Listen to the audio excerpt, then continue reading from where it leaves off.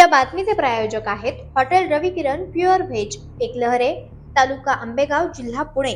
तेज तुफान news channel साठी एक अत्यंत दुःखद बातमी आणि ब्रेकिंग बातमी हाती येते। दूध टँकरनं उडवलेल्या अपघातातील 2 गंभीर मुलांपैकी कार्तिक दिवटे हा गतप्राण झाला होता। त्याच्यावर लोकमान्य हॉस्पिटल मंचर येथे उपचार सुरू होते। लोकमान्य हॉस्पिटल येथे रोहित चिमटे याचे उपचार सुरू होते। पैशाअभावी त्याला सरकारी उपचारार्थ YCM हॉस्पिटल येथे उपचारासाठी पाठवण्यात आलं होतं, परंतु YCM रुग्णालयामध्ये त्याच तरुण मुलाचा आज सकाळी 7 वाजता मृत्यू झालाय। या अपघातातील मृत्यूंची संख्या आता 2 झालेली आहे, परंतु NHAI प्रशासन आणि पोलीस कधी या हायवेच्या कामांमध्ये राहिलेल्या त्रुटी भरून काढतील हा प्रश्न कोढ्यात आहे। मंचरच्या अण्णासाहेब आवटे महाविद्यालयाच्या आत जाताना 2 महाविद्यालयीन युवकांना दूध टँकरनं चिरडल्यामुळे त्यातील दोघेही अत्यंत गंभीर होते। ते दोघे 11वी मध्ये शिक्षण घेत होते। भाग्यलक्ष्मीकडे जाणारा जो अंडरपास आहे तेथून एक सर्व्हिस रोड कळंबच्या दिशेने येतो। त्या बाजूने अत्यंत भरधाव वेगानं येणाऱ्या जगवार अशा नावाचा उल्लेख असलेला दूध टँकरनं महामार्गाकडे वळण्यासाठी उजव्या बाजूनं जागेवर टर्न मारला। त्यानं समोरून येणाऱ्या दुचाकीकडे लक्ष दिलं नाही आणि वळाला असता कळंबकडून मंचरच्या अंडरपासकडे डाव्या बाजूनं म्हणजेच गटरवर प्लास्टर केलेल्या बाजूनं दक्षिणेकडे चाललेल्या 2 महाविद्यालयीन विद्यार्थ्यांच्या दुचाकीला MH17 CV 5756 या ट्रँकरनं जोरदार धडक दिली आणि ट्रँकरनं शाईन MH14 GP 9356 या दुचाकीला 15 फूट फरफटत नेलं। त्यामध्ये 2 विद्यार्थी गंभीर जखमी झाले होते। या अपघातामध्ये त्यांचा मृत्यू झालेला आहे। आता मंचर पोलीस नेमका कोणावर गुन्हा दाखल करतात आणि कधी गुन्हा दाखल करतात हा प्रश्न नागरिकांना पडलाय। सदर या दूध टँकरनं धडक दिल्यामुळे 2 विद्यार्थी गंभीर जखमी झाले। त्यातील रोहित चिमटे राहणार आंबेहातवी जुन्नर तर दुसरा जुन्नर कुकडी वसाहत येथील कार्तिक दिवटे हे दोघेही जखमी झाले होते।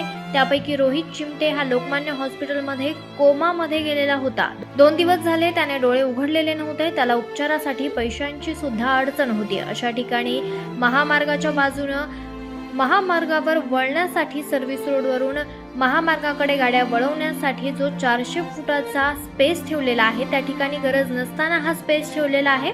त्या ठिकाणी ताबडतोब रेलिंग ब्लॉक बसवण्यात यावेत। तो रोड ताबडतोब बंद करावा अशी मागणी डॉक्टर सुहास कहडने, पत्रकार आयुब शेख आणि जनसेवा संघटनेने केली होती। सदर मागणी पुणे नाशिक महामार्ग क्रमांक 60 चे उपअभियंता दिलीप शिंदे यांनी मान्य करून एका दिवसामध्ये ताबडतोब तो मोकळा असलेला स्पेस जो महामार्गाकडे वळतो तो बंद करण्यात येईल याची हमी दिली, परंतु अद्याप काहीही काम सुरू झालेलं नाहीये। पांजरपोळकडे जाणारा सर्व्हिस रोड मोठा करणं, त्याच्या शेजारी मोठमोठे हायमॅक्स दिवे लावणं, स्पीड ब्रेकर टाकणं अशी अनेक कामं प्रलंबित आहेत। याच ठिकाणी नांदूर येथील रोहित पोखरकर याचा सुद्धा 5 महिन्यांपूर्वी मृत्यू झाला होता। सदर पांजरपोळच्या अगोदरचा जो मोकळा स्पेस असलेला उपरस्ता आहे तो उपरस्ता व महामार्ग या दोन्हींच्या मध्ये डिव्हायडर टाकण्यात यावेत किंवा रेलिंग बसवण्यात यावं अशी मागणी वारंवार होत होती। ती आज प्रशासनानं मान्य केली आहे। दोन्हीही जखमी विद्यार्थ्यांना सिद्धी हॉस्पिटल मंचर येथे उपचारार्थ दाखल करण्यात आलं होतं। त्यापैकी रोहित चिमटे याची प्रकृती गंभीर होती। काल कार्तिक दिवटे याचा मृत्यू झाला। दोघांचाही मृत्यू झाल्यामुळे त्यांच्या कुटुंबावर शोककळा पसरली आहे। जुन्नर येथील राष्ट्रवादी काँग्रेस शरद पवार पक्षाचे सूरज वाजगे हे आज मंचर पोलीस स्टेशनला भेट देणार आहेत। मंचर पोलीस स्टेशनचे कर्मचारी आणि महामार्ग पोलीस हे वेळेत त्या ठिकाणी दाखल झाले। त्यांनी दुधाचा टँकर पोलीस स्टेशनला नेला, त्यामुळे परिस्थिती चिघळू शकली नाही।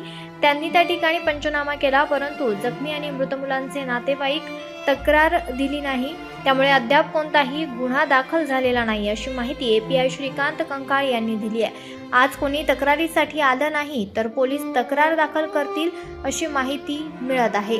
सदर दूध टँकर हे भाग्यलक्ष्मीच्या बोगद्याकडून अतिवेगानं नेहमीच येतात।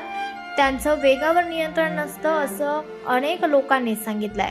मुख्य संपादक आयुब शेख, तेज तुफान न्यूज, मंचर। आपण पाहत आहात तेज तुफान न्यूज, न्यायिक व निर्भीड बातम्यांचे सर्वांचे आवडते नेटवर्क।